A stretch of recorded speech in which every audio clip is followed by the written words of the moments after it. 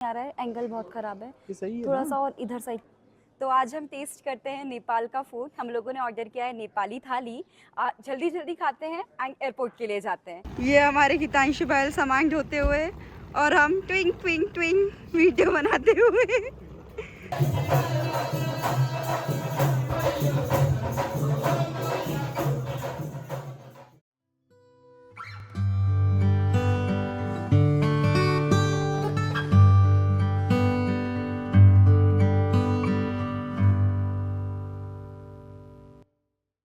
Hi Hi guys, guys, welcome welcome back back to to our our travel travelgram day 2 in Nepal. और आज के दिन की शुरुआत काफ़ी जल्दी हो गई और काफ़ी भक्तिमय तरीके से भी हुई है।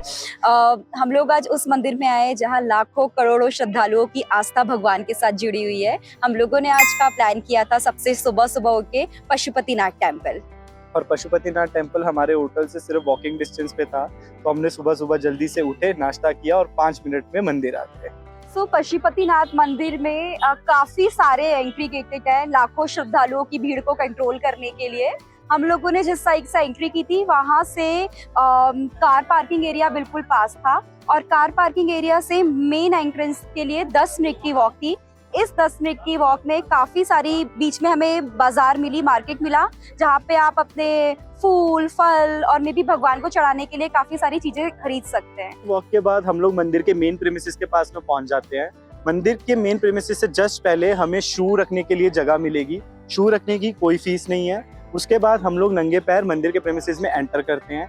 एंटर करते ही आउटर प्रेमिसेस में सबसे पहले हमें एक शिवलिंग का छोटा सा मंदिर दिखाई देता है। वहां से दर्शन करके हम अंदर एंटर करते हैं। तो मंदिर के आउटर प्रेमिसेस में फोटोग्राफी अलाउड है, बट लाइक मंदिर का जो कोर इनर प्रेमिसेस है वहां पे कोई भी फोटोग्राफी वीडियोग्राफी अलाउड नहीं है। तो इनर प्रेमिसेस में एंटर करते ही हमें सबसे पहले नंदी बैल का एक बहुत बड़ा स्टैचू दिखाई देता है जो कि गोल्ड का बना हुआ है। तो हमें पूछने पे पता लगा कि ये जो स्टैचू है ये एक पुराने जमाने के राजा ने बनवाया था एंड उन्होंने अपनी काफी संपत्ति इसमें लगाई थी। उसी स्टैचू की बैक साइड पे पगोड़ा स्टाइल में एक बहुत ही सुंदर मंदिर बना हुआ है। उसमें दर्शन करने के लिए काफी लंबी लंबी लाइन लग जाती है। और इसके अलावा इनर प्रेमिसेस में काफी सारे छोटे छोटे मंदिर हैं, जैसे कि लाइक शीतला माता का मंदिर है, शनि भगवान का टेम्पल है, श्री सत्यनारायण भगवान का टेम्पल है, केदारेश्वर, विष्णु एक्सेट्रा एक्सेट्रा बहुत सारे मंदिर हैं। तो ओवरऑल इतने सारे मंदिर के दर्शन करने में आपको 1 से 2 घंटे का टाइम लग जाएगा। हमने ये दर्शन सुबह सुबह कर लिए, इसलिए ये दर्शन हमारे 40 to 45 मिनट्स में हो गए। लेकिन अगर आप पीक आवर्स में आते हैं तो इसके लिए बहुत लंबी लंबी क्यूज लगती हैं। ऑल्सो यहाँ अंदर प्रेमाइसेस में अनफॉर्चुनेटली फोटो लेना बिल्कुल भी अलाउ नहीं है। अगर आप फोटो क्लिक करते हुए या वीडियो ऑपरेट कर फोन चलाते हुए पकड़े जाते हैं तो आपका फोन जब्त कर लिया जाता है और आपको फिर थोड़ा सा हरासमेंट का सामना भी करना पड़ सकता है। फोन जब्त करने के बाद वो आपकी फोन को पूरा चेक करेंगे। अगर आपका कोई फोटो मिला होगा मंदिर का तो उसे वो डिलीट करवाएंगे। दर्शन करने के बाद ही एग्जिट गेट मिलता है जहां से आप बाहर आ सकते हैं। वही मंदिर से बाहर आने तक का रास्ता 5 to 10 मिनट्स की वॉक होती है और साथ में ही काफी सारी शॉप और मार्केट होते हैं। घर वालों की स्पेशल डिमांड थी कि उन्हें रुद्राक्ष चाहिए और तब हमें यहाँ पता चला कि रुद्राक्ष काफी सारी वैरायटी के होते हैं, एक मुखी रुद्राक्ष एंड नंबर्स ऑफ रुद्राक्ष। तो हम यहाँ पे अपने एक फ्रेंड के साथ आए थे, उन्होंने हमें शॉप सजेस्ट किया उनके फ्रेंड का, जहाँ से हमने अपनी फैमिली मेंबर्स के लिए रुद्राक्ष परचेस किए। उसकी डिटेल डिस्क्रिप्शन बॉक्स में है। तो हमारे फ्रेंड की बदौलत हमें रुद्राक्ष तो मिल गए, थोड़ा एक्सपेंसिव साइड पे है लेकिन ऑथेंटिक रुद्राक्ष हैं। सो अब हम जा रहे हैं, शॉपिंग हो चुकी है, अब हम जा रहे हैं अपने नेक्स्ट प्लेस पे।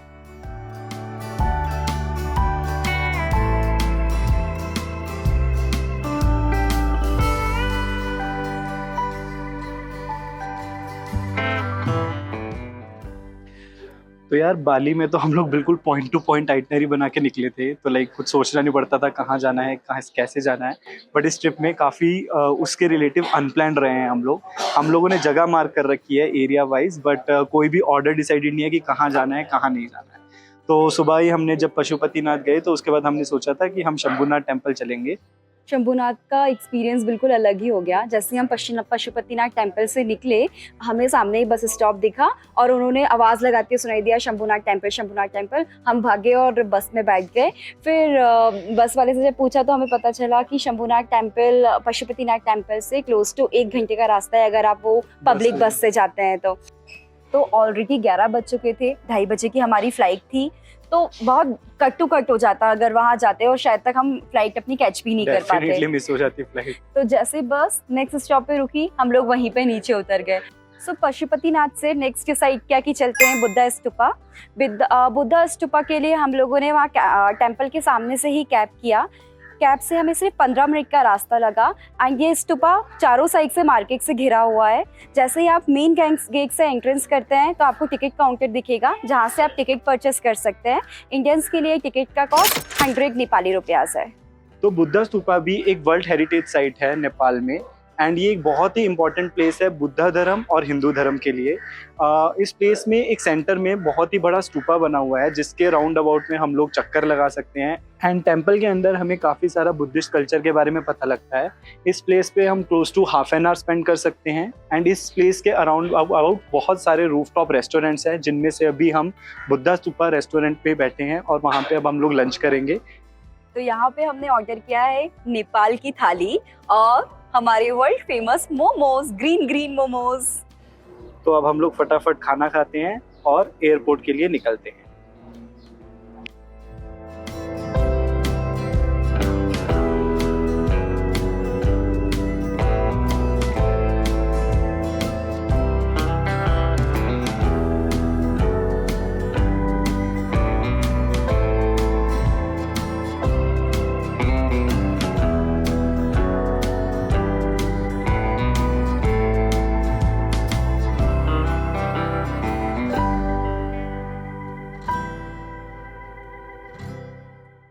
तो जैसा कि हमने आपको बताया था कि लाइक हमारी 2:30 बजे की फ़्लाइट है, बट लाइक हम सुबह से फ़्लाइट स्टेटस को ट्रैक कर रहे हैं।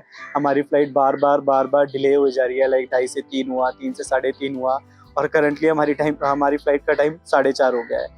Like thanks to my friend जिसने मुझे पहले ही बता दिया था कि नेपाल में फ़्लाइट्स काफ़ी ज़्यादा डिले होती हैं, तो हम कंटिन्यूसली फ़्लाइट का स्टेटस चेक कर रहे हैं। तो ये एक इम्पॉर्टेंट टिप है आप सब लोगों के लिए भी कि अगर आप नेपाल के अंदर लोकल फ़्लाइट से ट्रैवल कर रहे हैं तो फ़्लाइट स्टेटस देख के ही एयरपोर्ट पे जाएं, वरना अननेसेसरीली एयरपोर्ट पे वेट करना पड़ सकता है।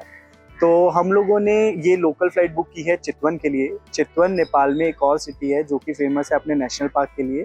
हम लोगों का प्लान था कि हम लोग सेकंड हाफ में आज चितवन पहुंच जाएं और कल हम वहां पे अपनी सफारीज एंजॉय कर सकें, but because of this delay अभी तक हम लोग काठमांडू में ही हैं। तो हमारे पास जो काठमांडू में एक्स्ट्रा टाइम था, हमने सोचा क्यों ना एक और प्लेस कवर कर ली जाए। तो अभी हम लोग बैठे हैं गार्डन ऑफ ड्रीम्स। सो बौद्ध स्तूपा से गार्डन ऑफ ड्रीम आने में 20 मिनट का समय लगता है कैब के थ्रू। यहाँ की एंट्री टिकट हमें पड़ी 400 रुपये पर पर्सन। तो हम आ गए हैं गार्डन ऑफ ड्रीम्स में। ये है सपनों का गार्डन। चले बस हो गया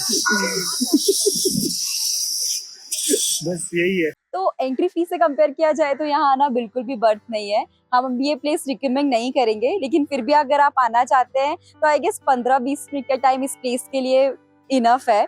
ऑल्सो अभी काफी सारा कंस्ट्रक्शन चल रहा है, सो पता नहीं अगर फ्यूचर में कुछ अच्छा हो जाए, बट अभी इतना खास नहीं है। तो जैसा हमने बताया फ्लाइट हमारी लेट होती जा रही है, बट अब हम जा रहे हैं एयरपोर्ट एंड जो भी होगा देखा जाएगा। बाकी का वेट एयरपोर्ट जाती है। तो यार फ्रेंड ने सही कहा था, लाइक यहाँ पे फ्लाइट्स का कोई भरोसा नहीं है। तो लाइक हमारी फ्लाइट डिले होते लाइक कैंसिल ही हो गई। तो हम लोग ऑलरेडी एयरपोर्ट के लिए कैब में बैठ चुके थे, तो हम लोगों ने यही सोचा कि अब एयरपोर्ट जाके देखते हैं कि क्या बन सकता है। तो काठमांडू के डोमेस्टिक एयरपोर्ट का एक्सपीरियंस काफी वियर्ड था।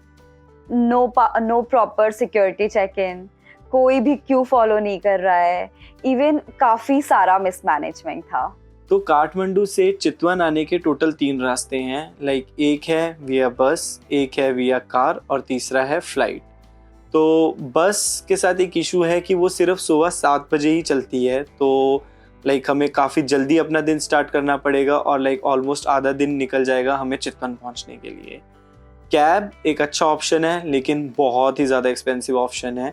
Like close to 15 to 20,000 charge करते हैं वो लोग एक जगह चितवन आने के लिए। तो सबसे बेस्ट ऑप्शन फ्लाइट ही है, बट लाइक ऑब्वियसली हमें डिले इसके साथ देखना पड़ेगा। ये फ्लाइट हमने बुक की थी बुद्धा एयर से, जो कि लाइक नेपाल की एयरलाइंस है, एंड ये टिकट बुक की थी डायरेक्टली बुद्धा एयर की वेबसाइट से। फ्लाइट के चार्जेस पड़े थे क्लोज टू 2800 पर person. And also like Nepal में कुछ अदर एयरलाइंस भी चलती हैं, बट लाइक काठमांडू से भरतपुर कनेक्टिविटी सिर्फ बुद्धा एयर प्रोवाइड करता है। सो हमारी फ्लाइट टिकट्स बुक हुई थी बुद्धा एयरलाइन से एंड मेन गेट से इनका जो चेक इन काउंटर है हार्डली डिस्टेंस 5 मिनट्स की वॉक है। जैसे ही हम इसकी चेक इन काउंटर पे पहुंचे वहाँ हमारी फ्लाइट का नंबर था और उसी के सामने मेंशन था फ्लाइट कैंसिल्ड। सो काफ़ी डिसअपॉइंटमेंट हुई कि इतना भागा दौड़ी किया है, दिन भर का ट्रिप भागा दौड़ी में किया है और end of the day flight cancel हो गई, डिले पे डिले। बट फाइनली बहुत रिक्वेस्ट करने के बाद उन्होंने हमें हमारी जो टिकट थी वो एक पहले वाली फ्लाइट में एडजस्ट कर दी। यहाँ पे बेसिकली बुद्धा एयरलाइंस में जो चेक इन काउंटर्स बने हैं वो डेस्टिनेशन वाइज बने हुए हैं, तो जैसे कि पोखरा, नेपालगंज एंड भरतपुर। सो चितवन में कोई एयरपोर्ट नहीं है, सो जो नियरेस्ट लोकेशन पे एयरपोर्ट है वहाँ का नाम भरतपुर है। तो फाइनली इतनी जद्दोजहद के बाद बोर्डिंग पास तो मिले, लेकिन वहाँ क्रू मेंबर ने बोला कि बोर्डिंग पास मिलने के बाद भी भरोसा नहीं है कि आपकी फ्लाइट वहाँ लैंड होगी, अगर लैंडिंग में कोई प्रॉब्लम आएगी तो आपकी फ्लाइट वापस से यहीं आ जाएगी। तो भी उन्होंने बोर्डिंग पास के बाद भी हमें सिर्फ 50% एश्योरिटी दी कि अभी देखते हैं क्या होता है। तो इसका रीज़न उन्होंने ये बताया था कि वहाँ पे एयरपोर्ट बहुत छोटा है एंड नाइट लैंडिंग की परमिशन उन्हें नहीं मिलती है। भाई ये एयरपोर्ट है या रेलवे स्टेशन, काफ़ी ज़्यादा बहुत ही ज़्यादा परेशान हो गए हैं यार। हमारी बोर्डिंग स्टार्ट हो रही है। फाइनली हमारी बोर्डिंग स्टार्ट हो रही है। लेट्स सी क्या होगा। तो फाइनली बस चल पड़ी है, वी होप वहाँ लैंड करा दें।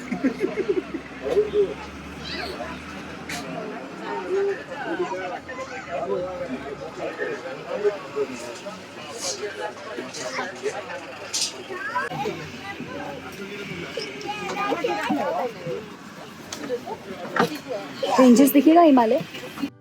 तो फाइनली हमारी फ्लाइट 4:59 पे वहाँ से उड़ गई।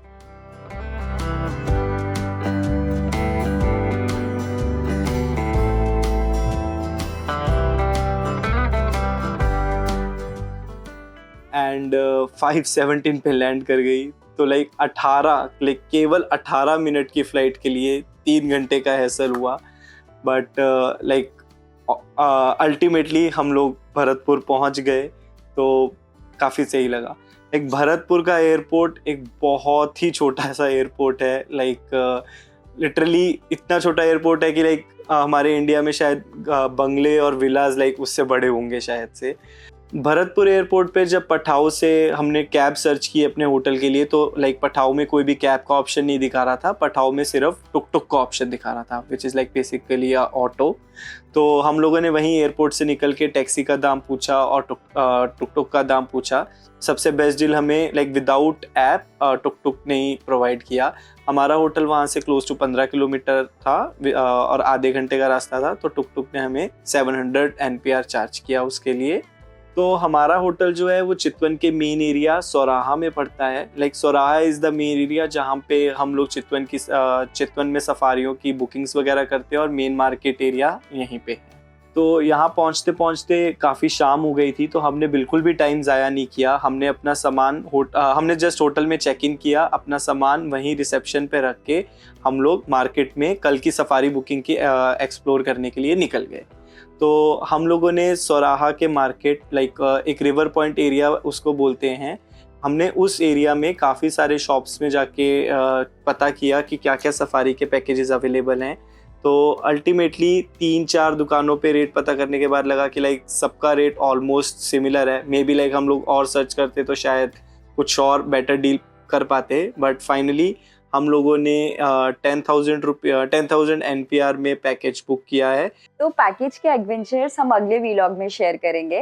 पैकेज को बुक करने के बाद हमें वहीं पे जो भैया थे उन्होंने बताया कि यहाँ का कल्चरल इवेंट बहुत ज़्यादा फेमस है। तो सौराहा में रोज इवनिंग में 7 o'clock पे कल्चरल इवेंट शो होता है, जिसकी एंट्री फी है 300 rupees per person, Nepali rupees per person. And show का ड्यूरेशन है 1 hour, 45 मिनट्स टू 1 hour।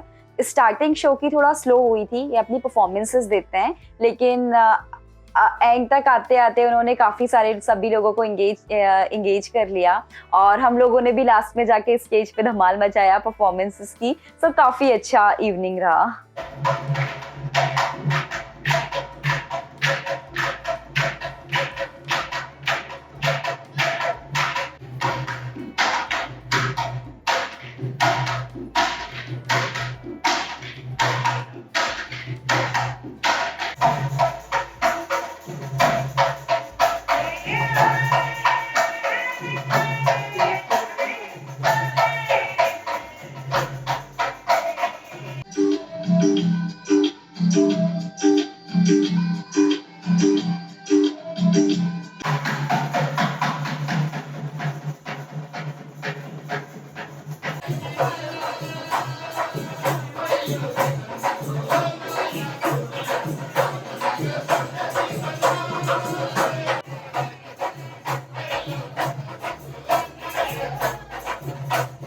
तो इतना डांस करने के बाद बहुत थक गए थे हम लोग। होटल आए, होटल में आके अच्छे से खाना खाया है एंड अब बस कल सुबह की तैयारी कर रहे हैं क्योंकि कल सुबह का दिन हमें बहुत जल्दी स्टार्ट करना है। तो इस व्लॉग में इतना ही, अब इस व्लॉग को एंड करते हैं। तो होपफुली आपको ये वीडियो अच्छा लगा होगा और आपको काफ़ी इन्फॉर्मेशन मिली होगी। अगर आपको ये वीडियो अच्छा लगा है तो प्लीज़ इसे लाइक कीजिए एंड अपने दोस्तों के साथ शेयर कीजिए और चैनल को सब्सक्राइब करना बिल्कुल भी नहीं भूलिए। Bye bye. बाय।